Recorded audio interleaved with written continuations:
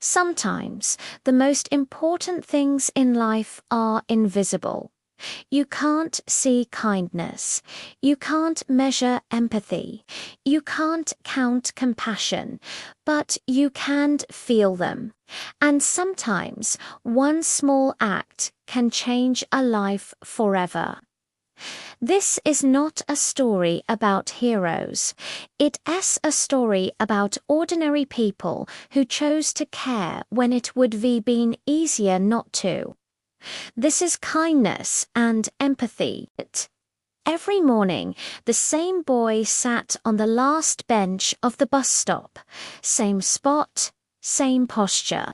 Head down, hands tucked into sleeves that were far too long for his arms. People passed him every day. Adults rushing to work, students laughing loudly, drivers staring at their phones. No one noticed the faint bruises on his wrist. No one noticed he never ever looked up. His name was Arif. At school, Arif was invisible. He wasn't bullied. He wasn't welcomed. He was just ignored.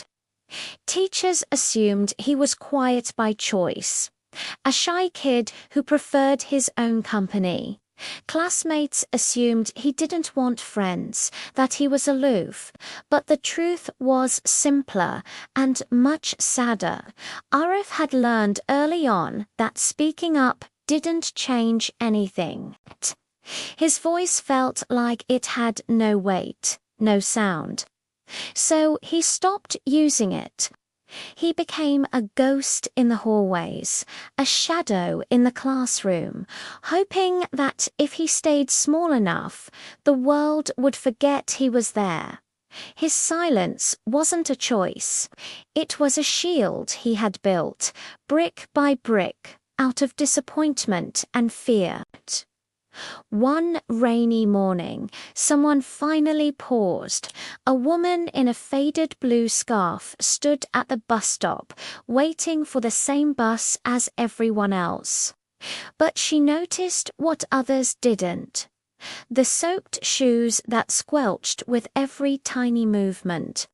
The shivering shoulders that trembled under a thin jacket. The way the boy flinched when the bus honked its horn, a sound that made everyone else impatient but made him recoil. She didn't ask questions. She didn't lecture him about dressing warmer. She didn't look at him with pity. She simply opened her umbrella, took one step closer, and held it slightly toward him. There were no words. Just space. Just shelter from the cold drizzle. Arif didn't move at first, frozen by the unexpected gesture. Then, slowly, cautiously, he stepped under the wide arc of the umbrella. That was the first time in weeks he had felt safe standing next to an adult. The next day, the rain was gone. But the woman was there. She brought an extra sandwich wrapped in wax paper. She didn't say, "You look hungry." She didn't ask, "What's wrong at home?" She just held it out and said, "I always make too much for my lunch."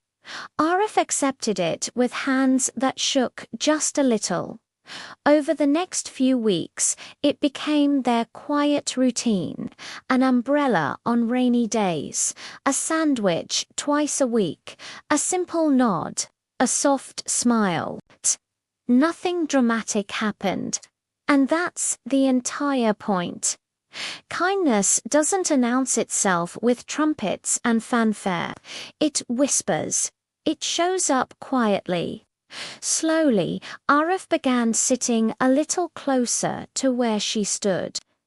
Then he started looking up, just for a second. Then, one day, a quiet thank you escaped his lips. The week after that, he said something else. As the bus pulled up, he looked at her and said, My name is Arif. And just like that, a crack appeared in the wall he had built around himself. Empathy is not about fixing someone's life. It's about understanding that you don't truly know their battle. The woman, whose name was Mariam, never tried to be a savior. She simply created a safe space for Arif to exist. As weeks turned into months, he started to talk. Little things at first, then bigger things. When Arif finally spoke about his father's unpredictable anger, she didn't interrupt with solutions. When he talked about the deep fear he felt about going home each day, she didn't rush to give him advice. She just listened, and when he finished, she simply said, "That sounds really hard." For the first time in his life, someone believed his feelings were real. Someone validated his pain without trying to solve it. That small act of acceptance changed him more than any grand gesture ever could. He started speaking a little more in class. He raised his hand once to answer a question, then twice. His life at home hadn't magically gotten easier, but someone had made it feel survivable. He wasn't alone with his struggle anymore. Kindness spreads quietly, like ripples in a pond. A classmate noticed Arif sitting a little straighter in his chair.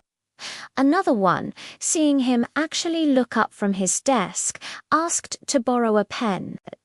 A teacher, who had previously written him off as uninterested, started paying more attention, asking him questions directly. There was no miracle. It was just momentum, fueled by one person's consistent compassion. Months later, during a small school event, Arif stood on a stage to read a short paragraph he had written. His voice shook, his hands clutched the paper, but he finished. He read every single word. In the audience, Mariam was the first one to clap. Her applause was followed by others. That sound, that wave of recognition, didn't erase his past, but it began to rewrite his future. Years later, when Arif would look back on his childhood, he would remember the pain, yes, but he would remember the umbrella first. You don't need money to be kind. You don't need a position of power to be empathetic. All you need is awareness. You need to be willing to look again at the quiet ones, the ignored ones, the ones everyone assumes are fine. Sometimes all it takes is standing still when everyone else rushes past. An umbrella, a sandwich, a moment of your time. You may never know the full impact of your small action, but someone else will live it. And that is how kindness changes the world, not loudly, not instantly, but permanently. Choose empathy. Choose kindness every day.